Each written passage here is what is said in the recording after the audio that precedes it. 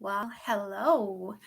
Today I wanted to talk about a very touchy subject in this day and age, single parenthood and especially single motherhood.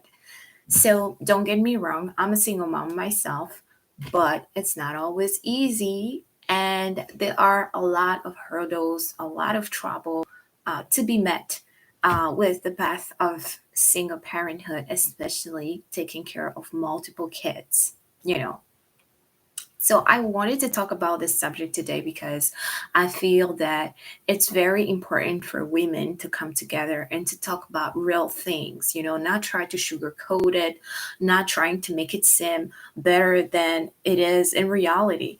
Because, when people talk about single motherhood, they tend to they're always cheering you up and telling you, wow, you're so strong, kudos to you, you take care of kids on your own, you're superwoman, this and that. But nobody really talks about the moments when you feel tired, you feel depressed, you feel overwhelmed and emotionally drained. Nobody really talks about all those bad sides, but they're very eager to, just try to make it seem like it's an easy job, or more so like, um, yes, you're doing a great job, but nobody really cares about your bad moments, right? Like just take on that role of the superwoman with a cape and just accept it. Just show everybody how strong and capable and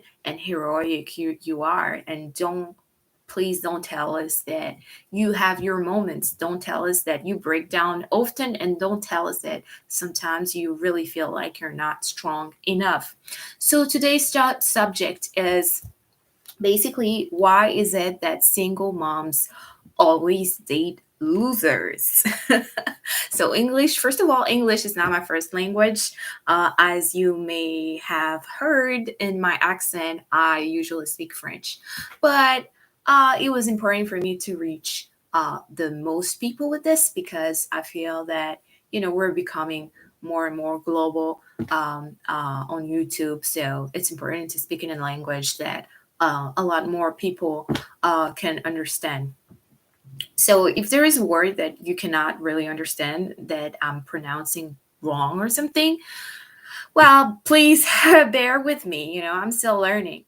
Either way, so back to my subject, it's really something that really, you know, um, breaks my heart. You know, that single mothers don't feel that they have the space, they have the right even to, talk about, the struggles that they meet, in their dating lives, because when you are a single mother, and I'm speaking from experience because I'm a single mom of a beautiful little girl, 5 years old, and I can tell you that when you're a single mother, it feels as if you're damaged goods, right? It feels as though you did something wrong, and you made your bed, you made it hard, so now you have to lay in it, all right? Um, so, we don't always share our struggles when it comes to our dating lives, right? Our love lives, right? Because we feel we don't want to show the world that there is a failure, after the single parenthood. We don't want to show the world that we have difficulties and such or such. And we just want to show this perfect, heroic, strong, undertaking image, when reality can be a lot less fancy and a lot less attractive, right?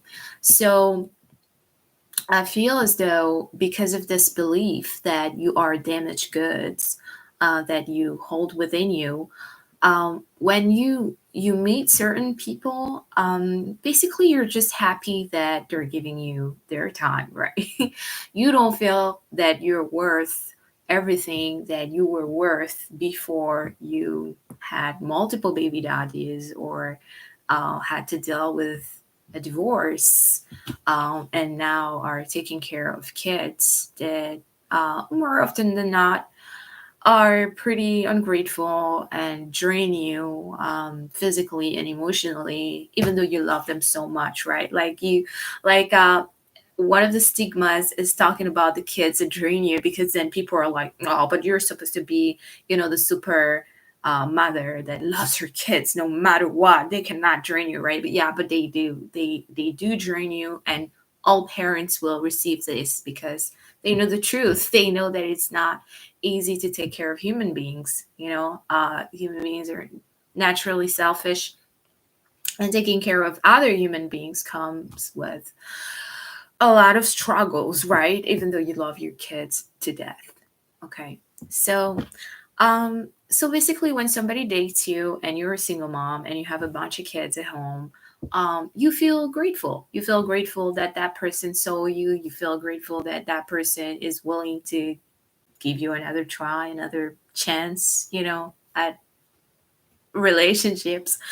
And so you kind of like, you don't really value yourself. You don't put as much worth as you would put on yourself.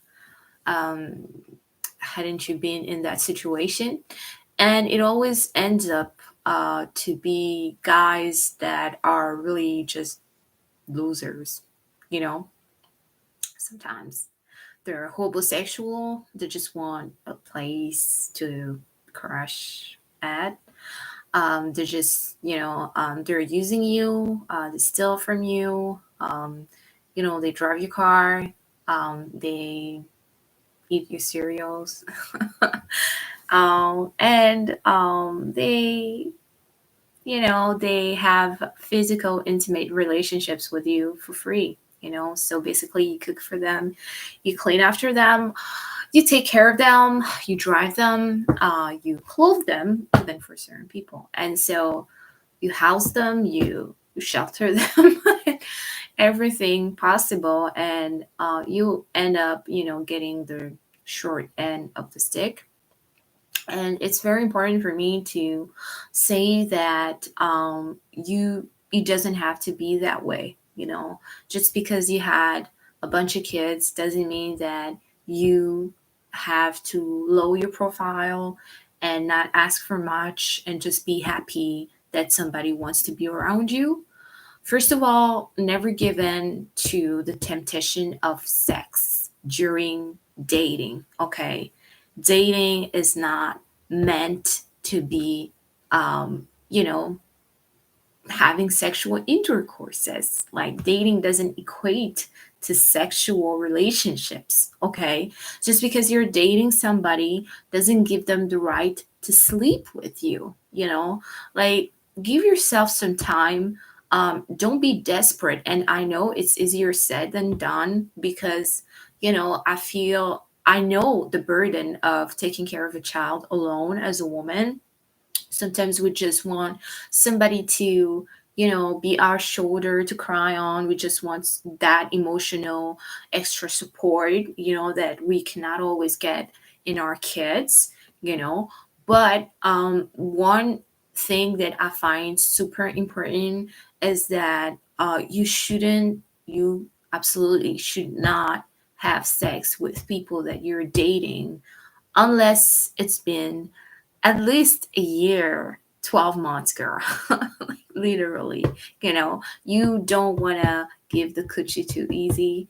And I'm really serious about that because what it does when you have sexual intercourses before it's time is that, it keeps you in a loop, in a serial dating type of loop where you're lost and you're dating man after man and having sex with them all the time, and you just cannot find yourself within that vibrancy. You just cannot rise higher, right? You need to rise higher. You need to think higher of yourself. You need to put a lot more value on the woman that you are, because It's not about comparing yourself to somebody who doesn't have kids, but it's about knowing who you are, what are your boundaries, and what it is that you can and cannot take. And sex is an important element to remove from the equation from the get go. Just don't give up sex too easy. I'd say not at all, but unless the guy really has proven to you that. And another thing is that you cannot really date casually when you are a single mother.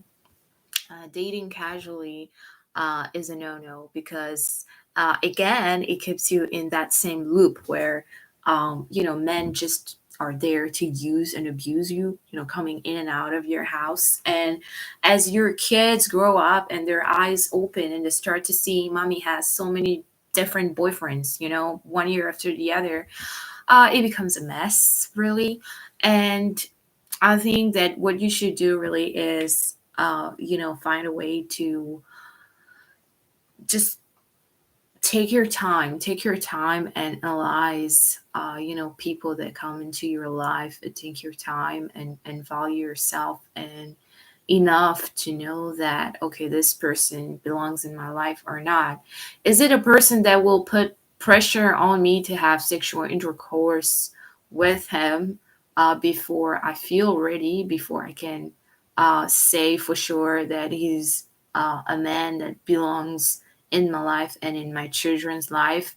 Or is it just somebody that I basically have to convince to be with me, somebody that I'm just happy that they're even paying me any attention, somebody who makes me feel like I'm damaged goods, and I should just be thankful that they're willing to be part of my life.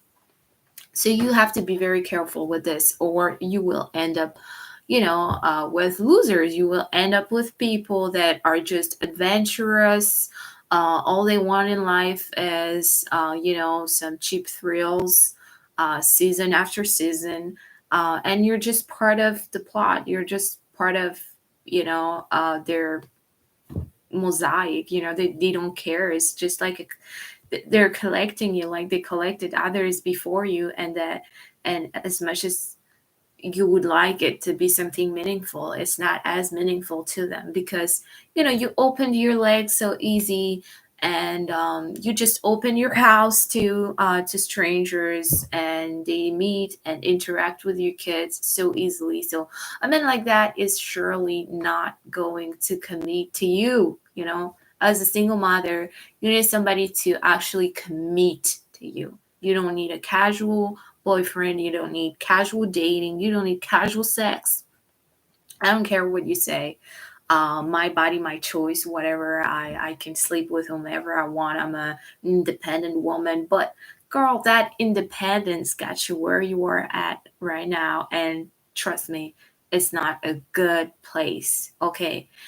Um, it's something that I really want to share with you because it's so hard for most of us to, just keep on the strong persona and just like bulk your shoulders and tell yourself that you can do it and just like be a strong woman, like a real strong woman. It's very hard, but unfortunately this is what you get. When you make your bed, you gotta lay in it.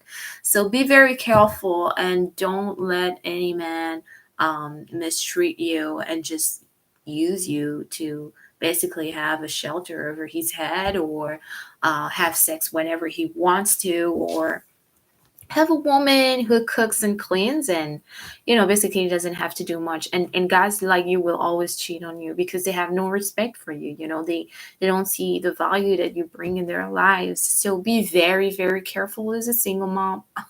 That's what I wanted to share today. And don't date losers. There you go.